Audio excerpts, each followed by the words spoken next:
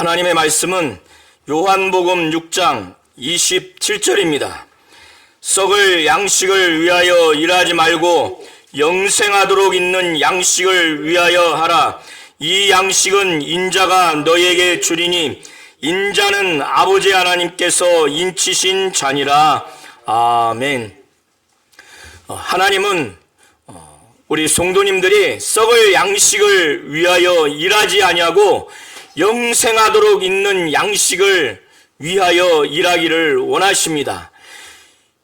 영생하도록 있는 양식은 무엇을 말하는가 하면 예수 자신에 대해서 말하는 겁니다. 오늘 요한복음 6장 전체를 읽어보면은 예수는 자신이 생명의 떡이라고, 하늘에서 내려온 생명의 떡이라고 이렇게 말씀하시면서 자기의 살을 먹고 자기의 피를 마셔야만이 생명을 얻을 수 있다는 이와 같은 내용으로 말씀하시는 겁니다. 이 영생하도록 있는 양식은 인자가 주신다는 거예요. 여기서 인자는 예수 자신을 두고 말하는 겁니다. 이것은 다니엘서 7장에 예언된 그 표현인데, 이 인자는 하나님 아버지께서, 아버지 하나님께서 인치신 자라는 거예요. 여기서 인쳤다고 하는 것은 하나님 아버지께서 예수가 영생하는 양식을 주는 자로서 확실히 인정했다는 거예요. 확실히 인정해서 보증한 자로서 그는 모든 사람들의 죽은 영혼을 살리는 참된 양식을 줄 수 있는 존재라는 것을 말씀하는 겁니다. 자, 요한복음 5장과 6장 사이에는 여러 사건이 있었고 상당한 시간이 흘렀습니다. 그 후에 예수께서는 배를 타고 벳세다 지역으로 넘어가셨어요. 그런데 많은 사람들이 예수께서 병자에게 행하신 표적을 보았기 때문에, 그러니까 이전에 왕의 신하의 아들을 거의 죽게 된 상태에서 살리고, 그리고 그 외에도 많은 병자들의 그 치유를 직접 목격한 겁니다. 예수께서 병자들에게 행한 표적을 본 거예요. 38년 동안 앓은 그 병자를 치유한 것도 보게 됐고, 그래서 많은 사람들이 큰 무리를 이루어서 예수를 쫓아갔는데, 오늘 기록된 내용 보면 성인 남자만 5,000명이라고 그래요. 그러니까 이 당시에는 여자와 성인이 되지 않는 아이들은 숫자를 계산하지 않습니다. 그 대상이 아니에요. 그러면 여인과 아이까지 합치면은 이게 가족 단위가 아니라 할지라도 최하 10,000명이 넘어요. 만약에 가족 단위라고 하면은 2만 명에 육박합니다. 그 인원이 예수를 무리를 져서, 큰 무리를 져서 예수를 따라가는데, 각 고을로부터 해서 예수와 제자들이 배 타고 벳세다라고 간다고 하는 것을 듣고 막 도볼에서 뛰어가서 오히려 예수와 그 제자들보다 먼저 도착을 했어요. 그런데 오늘 설교 범위의 내용은 마가복음 6장, 누가복음 9장, 마태복음 14장에도 각각 기록되어 있습니다. 사복음서에 다 기록되어 있어요. 이것은 상당히 중요한 표적이라고 하는 거예요. 그런데 예수께서 이 최하 10,000명, 최대 2만 명에 육박하는 이 많은 사람들을 보면서 이들이 영적으로 목자가 없는 그 현실을 보고 너무너무 불쌍한 거예요. 목자가 없는 양 같아서 불쌍히 여겨서 그들이 병자의 치유를 받기 위해서 병자를 데리고 왔습니다. 그래서 예수께서는 여러 가지로 말씀을 가르쳤어요. 영적인 지도자가 없는 이 어마어마하게 많은 이 인원들, 예수 아니면 누구도 하나님의 나라의 일을 가르칠 사람이 없어요. 그래서 하나님의 나라의 일을 이야기하고 여러 가지로 가르쳤습니다. 예수는 권세가 있고 권능 있고 능력 있고 영감 있는 말씀이라 그 순간만큼은 참으로 이들은 행복했을 거예요. 그리고 나서 이들에게 병자들에 대해서 고칠 자는 예수께서 다 고쳤어요. 이렇게 말씀을 증거하고 병을 고치는 동안 이제 해가 쭉 떨어져서 저물게 됐습니다. 그러니까 예수께서 제자들과 산 위에서 이 무리들이 오는 것을 보았고, 이러한 치유 사역과 말씀 사역을 한 다음에 해가 뉘어 저물어서 넘어가니까 제자들 가운데 12제자들이 이들을 빨리 보내서 마을에 유하게 해서 먹도록 좀 하도록 해 주십시오. 여기는 빈들입니다. 자기들도 감당할 수가 없어. 최대 2만 명이라고 하면은 얼마나 많겠습니까? 그때 예수께서 빌립을 시험하고자 빌립에게 질문해요. 어디 가서 떡을 사가지고 이 사람들에게 이것을 줄 수 있겠는가? 이런 내용으로 질문을 해요. 예수께서 왜 이런 질문을 했는가? 빌립이 예수의 정체성과 이 상황, 이 많은 사람들을 어떻게 먹이실 건가? 예수의 능력에 대해서 예수가 원하시는 대로 이 빌립이 믿음을 갖기를 원하는 마음으로 이 빌립에게 이런 질문을 한 거예요. 예수는 이 많은 사람들을 오병이어의 이별, 그런 기적, 오병이어를 통해서 이 수많은 사람들을 먹이겠다고 하는 그 이적을 예수는 이미 작정을 한 거예요. 이미 아시지만 빌립에게 그걸 물은 겁니다. 그런데 빌립이 베세다 출신 사람이라 그래서 물으셨을 수도 있지만은 빌립이 그 지역의 모든 환경을 다 알아요. 그러니까 바로 인간적인 이성적인 그 계산으로 이 많은 사람들을 떡을 사와가지고 조금씩 떼어준다 하더라도, 조금씩 밖에 한다 할지라도 200데나리온의 떡이 부족하다. 그러니까 최하 200데나리온의 떡이 있어야 된다는 거예요. 한 데나리온은 이 당시에 노동자 하루 품삯입니다. 그러니까 오늘날 하루 노동자가 10만 원이라고 가정했을 때 200데나리온이면 얼마예요? 2천만 원 정도 있어야 된다는 거예요. 그 돈도 없을 뿐더러 그 돈이 있다 할지라도 지금 빈들인데 마을에 돌아다니면서 산다 할지라도 그걸 어떻게 삽니까? 그러니까 빌립을 향해서 예수는 그가 예수를 향한 정체성에 대한 믿음, 이 수많은 사람을 어떻게 먹일 수 있는가? 예수는 먹일 능력이 있다고 하는 그 예수가 원하는 빌립이 이 상황에서 자기와 자기의 능력을 행할 것을 믿는 믿음을 기대하고 물은 거예요. 그래서 시험을 한 겁니다. 그런데 빌립은 예수의 정체성에 대한 믿음, 예수가 이런 많은 상황에서 해결할 수 있는 능력이 있다고 하는 그 조그마한 믿음의 모습이 보이지 않아요. 옆에 있던 또 다른 제자, 베드로의 형제인 안드레가 옆에 있는 어린아이가 물고기 2마리, 그러니까 소금에 잰 물고기입니다. 그리고 보리떡 5개를 갖고 있는 아이를 데리고 와서 예수께 여쭤요. 이 아이가 보리떡 5개와 물고기 2마리가 있는데 이것이 이 수많은 사람들의 이게 어떻게 되겠습니까? 이 정도의 작은 음식인데. 그때 예수께서 제자들에게 이 많은 사람들에게 때를 져서 50명씩 때를 져서 앉도록 해라.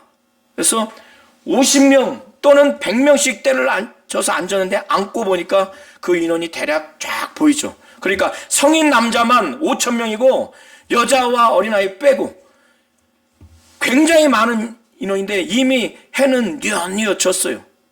그런데 예수께서 물고기와 이 보리떡을 하늘을 향해서 축사를 했어요. 축사를 했다는 것은 이 음식에 축복했다는 것이 아니라 유대인들이 그 관습적으로 하나님께 기도하는 거예요.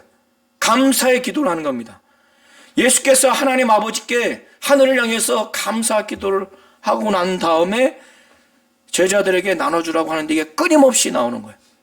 끊임없이. 그래서 그들이 물고기도 원하는 만큼 다 줬어요. 그러니까 예수님이 쫙 다 보니까 이제 사람이 배고플 때 눈빛과 표정과 배부를 때 표정과 눈빛이 차이가 납니까 안 납니까? 나죠. 납니다. 그러니까 예수께서 이미 다 먹은 걸 보시고 제자들에게 먹고 남은 조각을 버리지 않도록 다 걷어들이라. 그래서 걷어들인 게 보리떡과 물고기 담은 이 바구니가 12바구니가 됐습니다. 그러면 우리 성도님들 잘 보세요. 이 약 최소 1만 명 이상의 사람들과 이 제자들은 이 오병이어의 이 기적을 잊을 수가 있습니까 없습니까? 이 제자들은 나눠줬어요. 예수님이 시켜서 나눠주라고 해서 나눠줬어. 근데 끊임없이 나와. 분명히 보리떡 5개고 물고기 2마리밖에 안 되는데 최하 10,000명, 최대 2만 명에 육박하는 사람들을 계속 나눠줬어요. 그러니까 주는 제자들도 이 사건은 잊을 수가 있습니까 없습니까? 온몸으로 체험해서 잊을 수가 없죠. 야, 이 예수가 어떤 분인가? 그러면 이걸 먹은 사람들도 잊을 수가 있어요 없어요? 자기들도 가만히 보니까 어마어마한 이 보리떡 이게 몇 톤이 나와야 될 텐데 자기 눈에는 그런 정도의 규모의 창고나 그 짐이 운반된 걸 본 적이 없는데 계속 물고기도 나오고 보리떡도 나오는 거예요. 그러니까 이 사람들도 잊을 수가 있어요 없어요? 잊을 수가 없는 거예요. 그러니까 이 놀라운 사건은 예수님의 정체성을 의미 있게 보여주기 위해서 이 사건을 일으킨 겁니다. 사람들을 다 자기 집으로 돌려보내서 내일 와라 이렇게 할 수도 있는데 예수는 그렇게 하지 않고 이렇게 수많은 사람을 먹인 것은 예수가 이 놀라운 사건을 통해서 영적 의미, 자기 자신이 어떠한 정체성이 있는 존재인가 이걸 알리게 하기 위해서 의도적으로 이 사건을 일으킨 겁니다. 요한복음 20장 30절 31절에 이 요한복음에 기록되지 아니한 다른 표적을 제자들 앞에서 많이 보였지만 요한복음에 7가지 표적만 기록한 것은 그 목적이 뭐라고 그랬어요? 예수가 하나님의 아들 그리스도라고 하는 것을 믿게 하며 또 하나님의 아들 그리스도임을 믿고 그 이름을 힘입어 영생을 얻게 하기 위해서 이걸 기록했다고 그랬죠. 그러니까 이 7가지 표적, 오늘 물 위를 걸은 표적, 그리고 즉시로 예수가 배 위에 올라간 다음에 가버나움 지역, 배가 가고자 하는 지역에 즉시로 간 그 표적도, 그리고 오병이어를 통해서 수많은 사람을 먹인 이 표적도 예수가 하나님의 아들 그리스도임을 나타내게 하기 위해서, 그걸 믿게 하기 위해서, 그리고 믿고 그 예수의 이름을 힘입어서 생명을 얻게 하기 위해서 한 거예요. 그러니까 예수의 정체성, 곧 하나님의 아들 그리스도임을 믿게 하는 것과 영생을 얻게 하기 위해서 요한복음에는 7가지 표적이 기록되어 있는 겁니다. 이해하시겠죠? 그런데 이 많은 사람들이 이 엄청난 충격적인 사건을 통해서 구약에 이미 예언된 신명기 18장 15절부터 18절에 모세가 예언한 자기와 같은 모세와 같은 선지자가 나중에 나올 것이라고 예언을 했어요. 그때 그 선지자는 메시아 그리스도를 말하는데 예수를 두고 예언한 거예요. 그래서 유대인들은 그 선지자가 모세와 같은, 모세가 예언한 선지자라는 걸 다 알고 있어요. 그러니까 이 사건을 경험한 이 많은 사람들이 자기들끼리 엄청나게 충격을 받았기 때문에 이는 참으로 세상에 오는 그 선지자다. 자기들끼리 얘기하는 거예요. 자기들끼리. 그러니까 어떻게 해요? 이 예수를 꼭 붙잡아가지고 이스라엘의 임금 삼아야 되겠다. 그러니까 신명기 18장 15절부터 18절에 모세가 예언한 그 선지자라는 것을 그냥 겉으로는 그걸 알았는데 그 진정한 의미와 해석을 잘못해버린 거예요. 모세가 예언한 그 선지자는 영적인 메시아, 영적인 그리스도를 예언한 거예요. 정치적인 자유를 주는, 해방을 주는 이 세상적인 정치적이고 군사적인 메시아, 그 그리스도를 예언한 게 아닙니다. 그런데 이 사람들은 엄청난 충격적인 표적을 경험하고 나서 지금 이스라엘 백성들이 로마 제국의 지배를 받고 있으니까 로마 황제를 대적하고, 그리고 로마 황제 수하에 이 유대 지역을 여러 지역으로 나눠서 관리하는 그 밑에 분봉왕이 있어요. 이 갈릴리 지역은 헤롯 안디바가 지배를 합니다. 그러니까 로마 황제의 그냥 수하인이에요. 그냥 꼭두각시야. 그러니까 이 정도로 표적을 일으켰으면 예수를 임금 삼아서 저항해서 독립을 해야 되겠다, 이런 마음을 가진 거예요. 그러니까 예수가 말하지 않더라도, 자기를 잡으러 오지 않더라도 이미 알죠.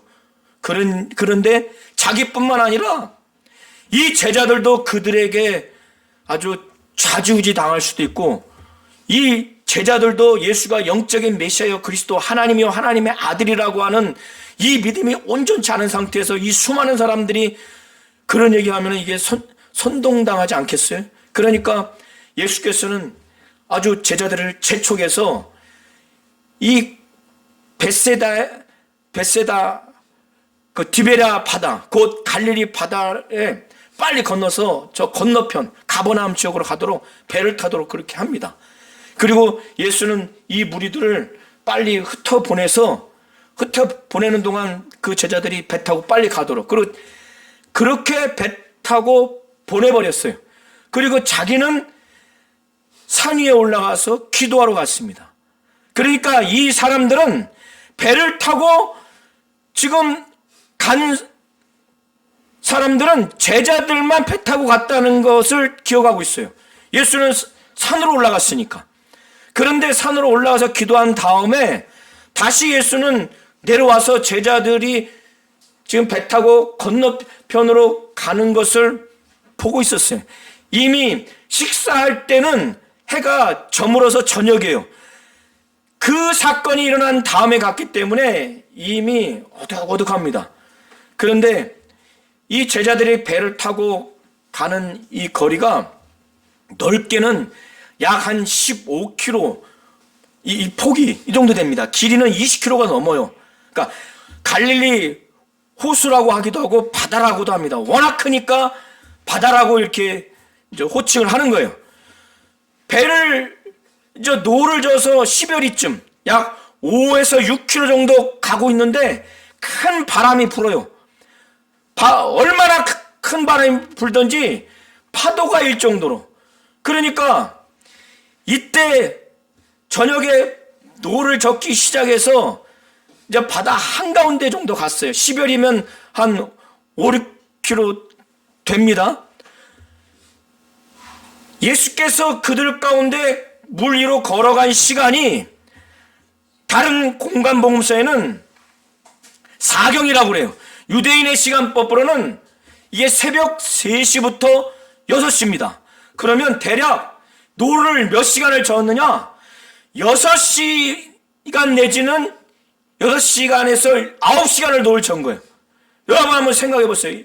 베드로나 또 다른 제자들은 어부지만은 아무리 어부여도 6시간부터 9시간 사이 노를 졌으면 얼마나 힘들겠어요. 그것도 큰 바람이 불어서 파도가 일 정도니. 그러니까 그 저항으로 인해서 그 장시간 했는데 5에서 6km밖에 못 간 거예요. 여러분 한번 생각해 보세요. 이제 완전히 새벽 3시부터 6시면 완전히 깜깜해요. 어두웠어. 어두웠어. 그리고 막 큰 바람이 불고 파도가 막 일어나면 죽음의 공포가 옵니다.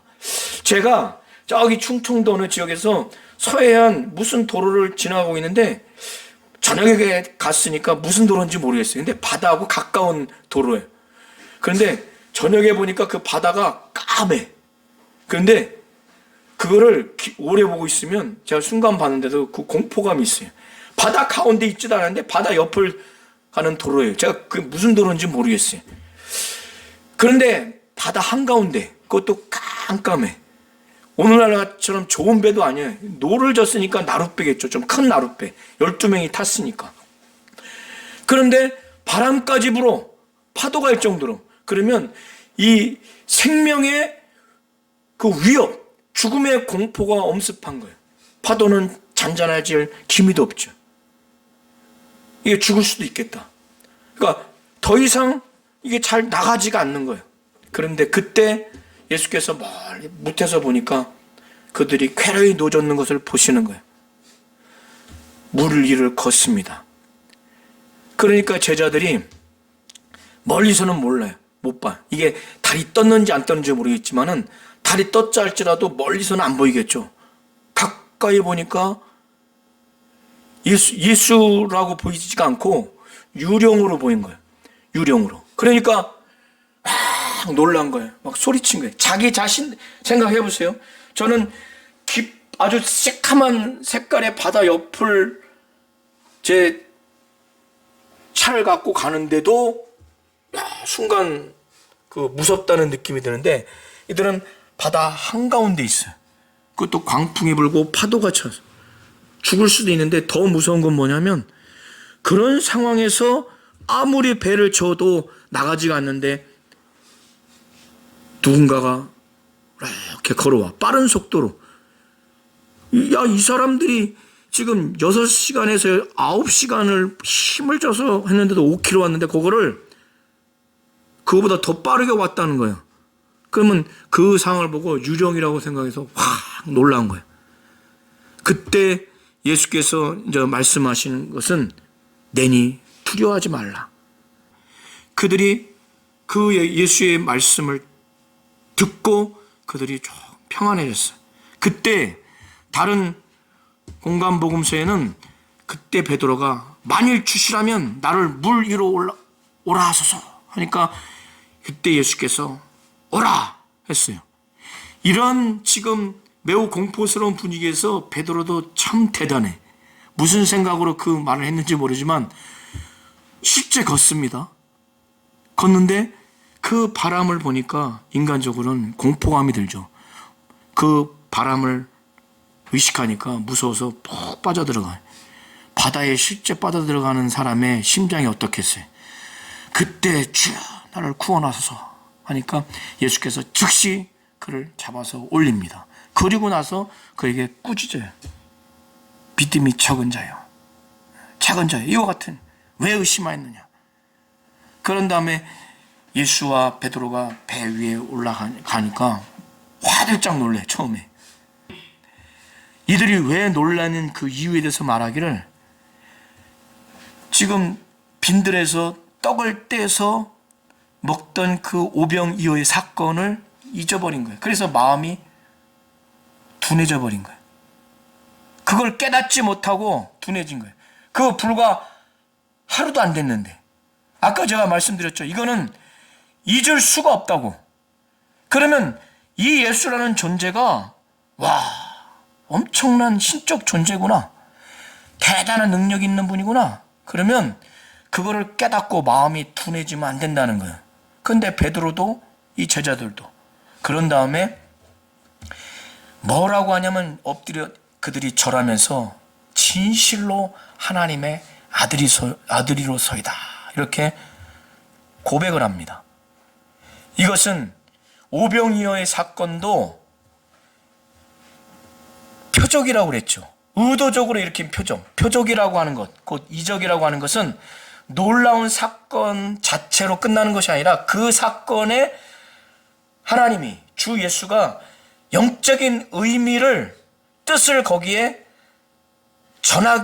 전하게 하기 위해서 일으킨 놀라운 사건을 표적, 이적이라고 하는 거예요. 이해하시겠죠? 그러니까 수많은 사람을 먹였어. 근데 거기에 영적인 의미가 없어. 그건 표적이 아니에요. 그냥 놀라운 사건이지. 예수가 빈들에서 오병이어의 사건을 일으킨 것은 무엇인가? 이 많은 사람들에게 뭘 알게 하기 위해서 말한 것인가 하면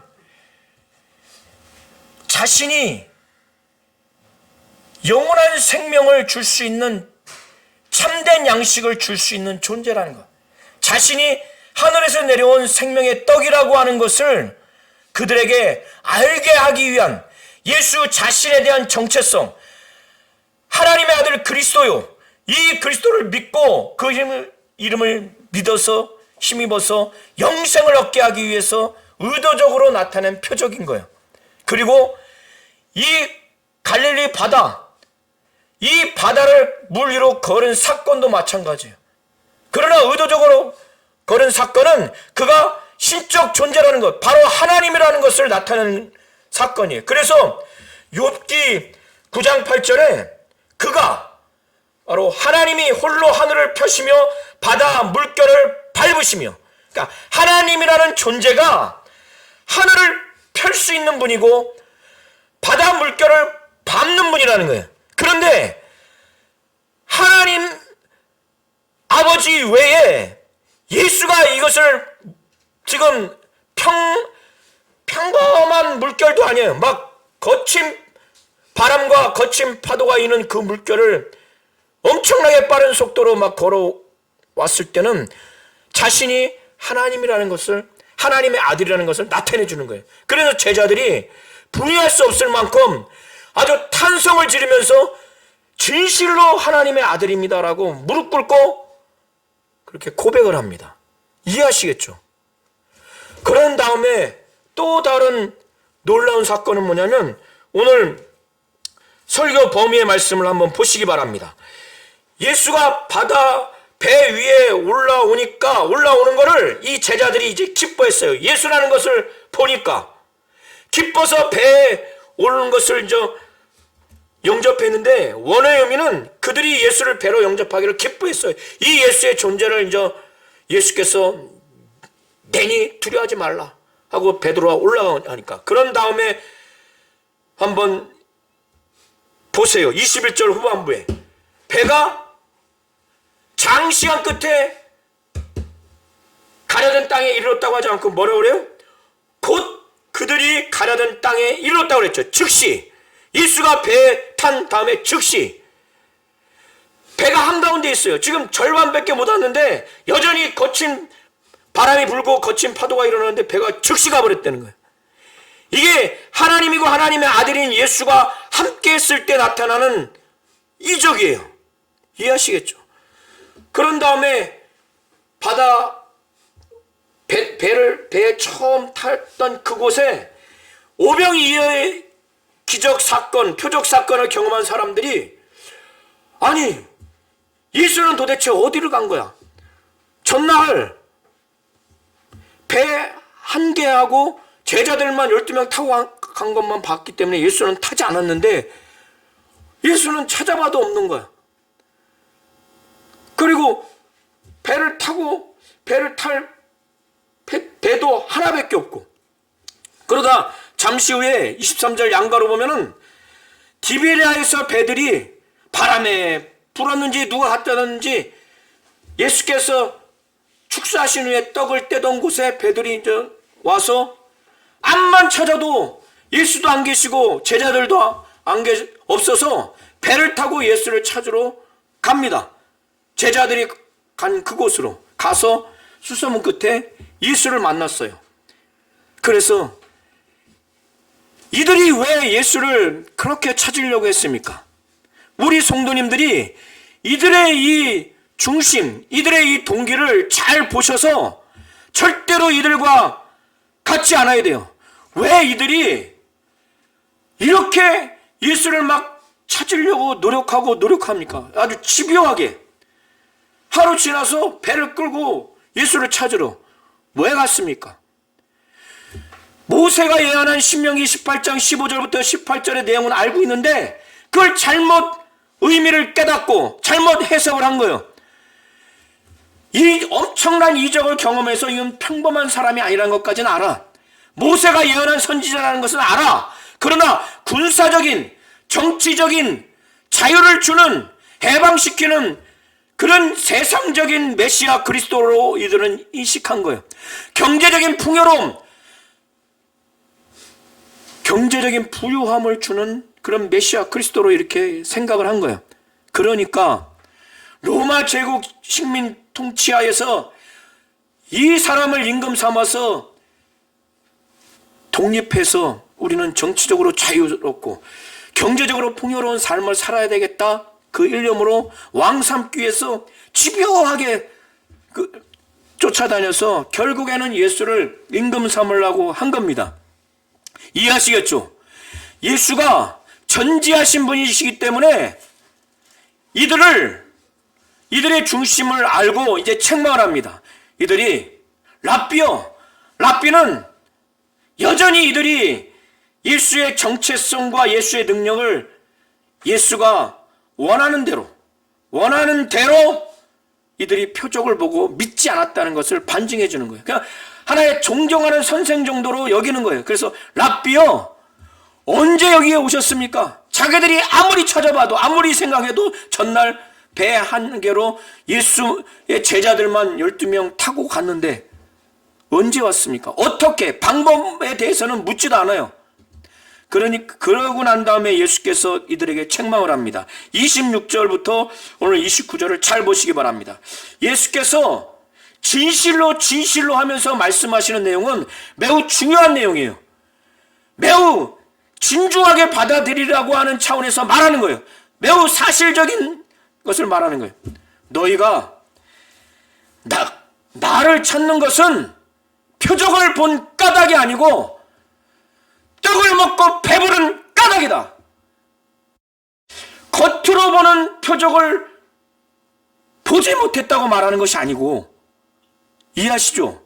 이 표적을 본 까닭이 아니라고 하는 것은 이 많은 사람들이 빈들에서 물고기 2마리와 보리떡 5개로 어마어마하게 먹인 이 놀라운 사건 자체를 보지 못했다는, 외형적인 것을 보지 못했다는 것이 아니라 예수께서 그거를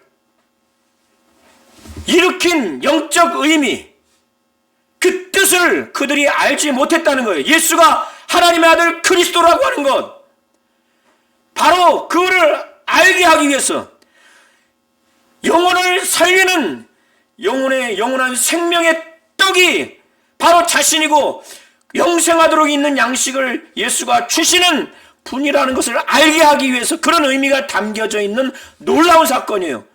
이런 영적 의미가 담겨 있는 놀라운 사건을 표적이라고 하는 거예요.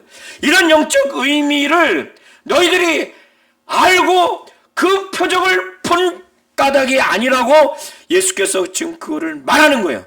그저 떡을 먹고 배불렀기 때문에 나를 지금 찾아온 것이라는 거예요. 자, 이것 때문에도요, 예수를 집요하게 찾아와요. 예수를 따라와.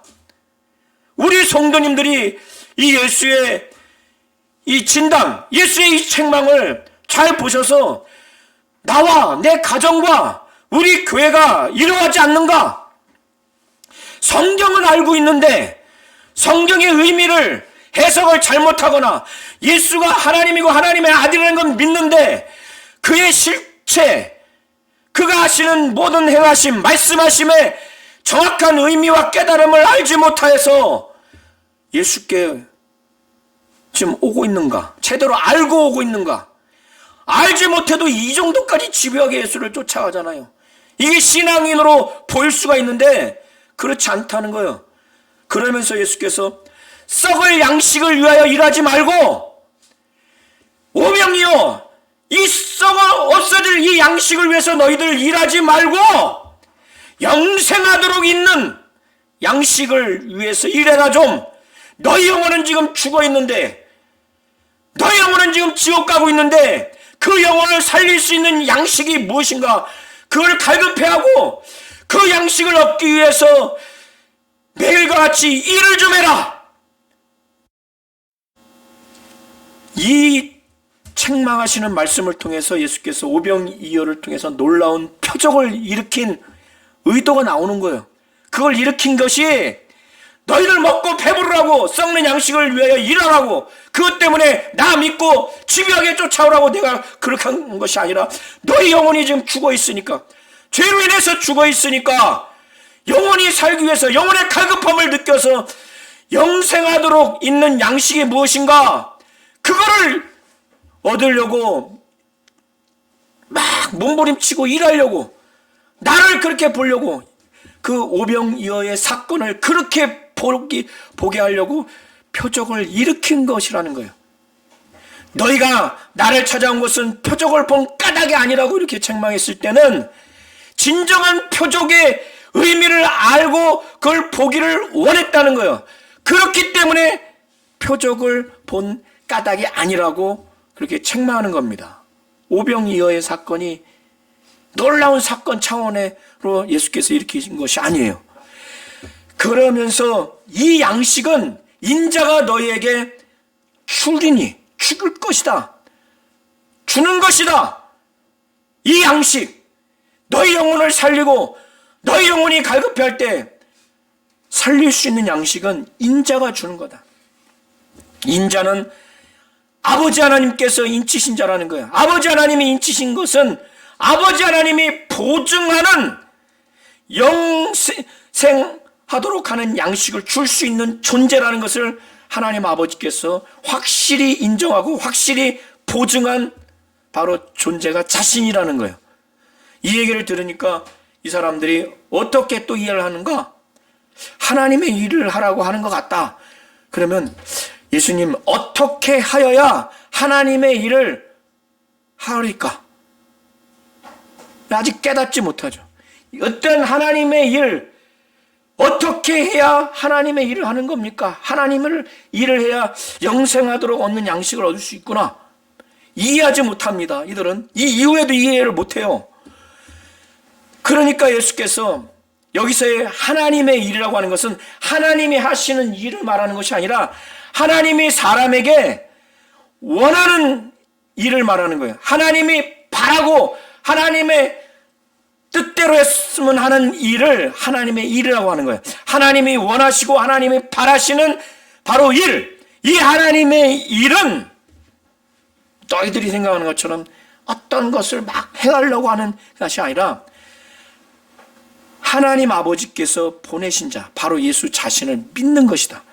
찰나적으로 믿는 것이 아니라 예수가 하나님이고 하나님의 아들 메시아요 그리스도요, 참된 양식을 줄 수 있는, 자신이 생명의 떡이라고 하는, 자신의 살과 피를 먹고 마셔야 살 수 있다고 하는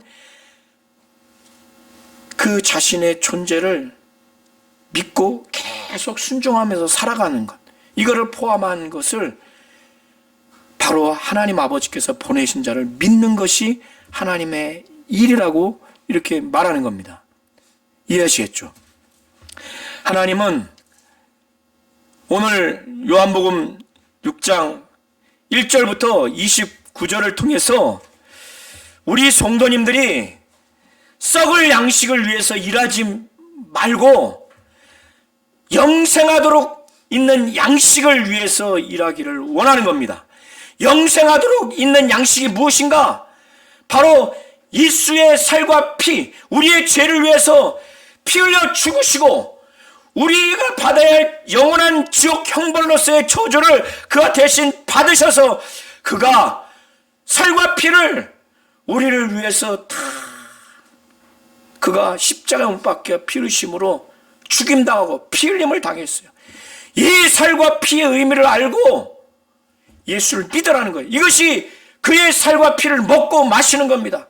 이것이 우리에게 영원한 생명, 영생이 된다는 거예요.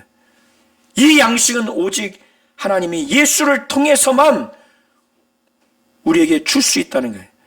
우리 성도님들이 하나님이 예수를 보내신 이것을 분명히 알고 일평생 믿고 순종해서 영생하도록 있는 양식을 하나님 아버지가 보내신 예수로부터 분명히 그걸 받고 일평생 영원한 생명이 있는 우리 성도님들이 되시기를 예수의 이름으로 축원합니다.